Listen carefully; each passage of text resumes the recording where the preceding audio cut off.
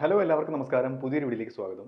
നമുക്കിന്ന് ഈ വീഡിയോയിലൂടെ ഔട്ട്ലേ മെത്തേഡ് എന്താണെന്ന് മനസ്സിലാക്കാം. ഇത് വളരെ സിമ്പിൾ ആയിട്ടുള്ള മെത്തേഡാണ് കേട്ടോ. അതായത് കൺസ്യൂമേഴ്സിൻ്റെ എക്സ്പെൻഡിച്ചർ ചേഞ്ച് ആവുന്നതിനനുസരിച്ച് PEDയിൽ പ്രൈസ് ഇലാസ്റ്റിസിറ്റി ഓഫ് ഡിമാൻഡിൽ ഉണ്ടാകുന്ന വേരിയേഷൻസ് ആണ് ഇതിൽ പറയുന്നത്. ഓക്കെ, ഇതിനെപ്പറ്റി മനസ്സിലാക്കാം. വീഡിയോയിലേക്ക് കിടക്കാം.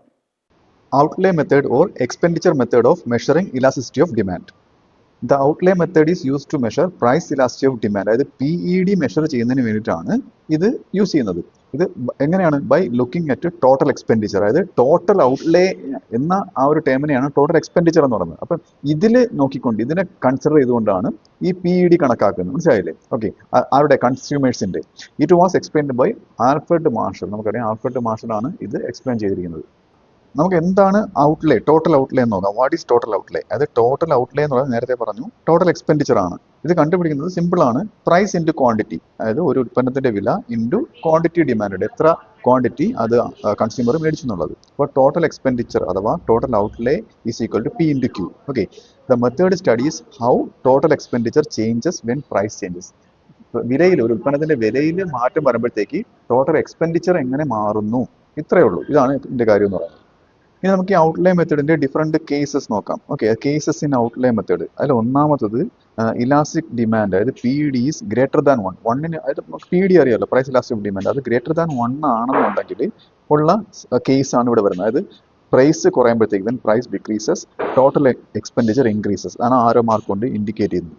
എന്നാൽ പ്രൈസ് കൂടുമ്പോഴാണെന്നുണ്ടെങ്കിലോ ടോട്ടൽ എക്സ്പെൻഡിച്ചർ കുറയുന്നു. ഓക്കെ, അതായത് quantity changes more than price. ഇവിടെ എന്ന് വെച്ചാൽ ഈ വില കൂടുന്നതിനെക്കാട്ടിലും കൂടുതൽ എന്തിന് മാറ്റം ഉണ്ടാവും? ആ കൺസ്യൂം ചെയ്യുന്ന ക്വാണ്ടിറ്റിക്ക് ചേഞ്ച് ഉണ്ടാവും, PD ഗ്രേറ്റർ ദാൻ 1 ആണെങ്കിൽ. ഓക്കെ, സെക്കൻഡ് കേസ് എന്ന് പറയുന്നത് ഇൻഇലാസ്റ്റിക് ഡിമാൻഡ്. ഇവിടെ price elastic demand less than 1 ആണ്. ഇവിടെയാണെന്നുണ്ടെങ്കിൽ പ്രൈസ് കുറയുമ്പോഴത്തേക്ക് ടോട്ടൽ എക്സ്പെൻഡിച്ചറും കുറയുകയാണ്, പ്രൈസ് കൂടുമ്പോഴത്തേക്ക് ടോട്ടൽ എക്സ്പെൻഡിച്ചറും കൂടുകയാണ് ചെയ്യുന്നത്. അപ്പോൾ അവിടെ ഒരു പോസിറ്റീവ് റിലേഷൻഷിപ്പാണ്. നേരത്തെ പറഞ്ഞാൽ ഒരു ഇൻവേഴ്സ് റിലേഷൻഷിപ്പാണ് അല്ലേ. അപ്പം quantity changes less than price ആണ് ഇവിടുത്തെ സിറ്റുവേഷൻ എന്ന് പറയുന്നത്. അതായത് പ്രൈസിനെക്കാട്ടിലും കുറഞ്ഞ പ്രൈസ് പിന്നെ മാറ്റം ഉണ്ടായിക്കഴിഞ്ഞാൽ അതിനെക്കാട്ടിലും കുറഞ്ഞ ഒരു ക്വാണ്ടിറ്റി ചേഞ്ച്, അതിൻ്റെ കൺസ്യൂമർ മേടിക്കുന്ന ആ ഒരു ചേഞ്ച് അതിനെക്കാട്ടിലും കുറവായിട്ടാണ് ഉണ്ടാകുന്നത് ഈ ഒരു സിറ്റുവേഷനിൽ. ഇനി നമുക്ക് അടുത്ത കേസ് നോക്കാം. അതെന്ന് പറയുന്നത് യൂണിറ്ററി ഇലാസ്റ്റിക് ഡിമാൻഡ് ആണ്. അത് PED ഈസ് ഈക്വൽ ടു 1 ആണ്. ഈ കേസിൽ പ്രൈസ് മാറുമ്പോഴത്തേക്ക്, പ്രൈസ് ചേഞ്ച് ഉണ്ടാകുമ്പോഴത്തേക്ക് ടോട്ടൽ എക്സ്പെൻഡിച്ചർ റിമെയിൻസ് കോൺസ്റ്റന്റ് ആണ്. ഓക്കെ, അതായത് ടോട്ടൽ എക്സ്പെൻഡിച്ചർ കോൺസ്റ്റന്റ് ആയിട്ട് നിൽക്കുന്ന ഒരവസ്ഥ, അത് കൂടുന്നില്ല കുറയുന്നില്ല. ഓക്കെ, അപ്പോൾ അതാണ് ഈ ഒരു സിറ്റുവേഷനിൽ വരുന്നത്. അതായത് percentage change in price is equal to percentage change in quantity. Okay, അതാണ് ഈ സിറ്റുവേഷൻ. ഇനി എന്തുകൊണ്ടാണ് ഇത് ഇമ്പോർട്ടൻ്റ് ആവുന്നത് ചോദിച്ചു കഴിഞ്ഞാൽ, വൈ ഇറ്റ് ഈസ് ഇമ്പോർട്ടൻറ്റ്? അത് നമുക്കറിയാം, it is A simple method. അതായത് ഇതിൽ കോംപ്ലിക്കേറ്റഡ് ആയിട്ടുള്ള ഫോർമുല ഒന്നും ഇതിന് ആവശ്യമില്ല. രണ്ടാമത്താണ്. അടുത്തെന്ന് പറഞ്ഞാൽ useful for quick exam analysis. പെട്ടെന്ന് ഇത് അനലൈസ് ചെയ്യുന്നതിന് ഒരു ഒരു രണ്ട് കാര്യങ്ങൾ തമ്മിൽ മൾട്ടിപ്ലൈ ചെയ്താൽ മാത്രം മതി അല്ലേ. അപ്പോൾ ഇത്രയേ ഉള്ളൂ. അപ്പോൾ ഇതാണ് ഈ കാരണങ്ങൾ കൊണ്ടാണ് ഇത് ഇമ്പോർട്ടൻ്റ് ആവുന്നത്.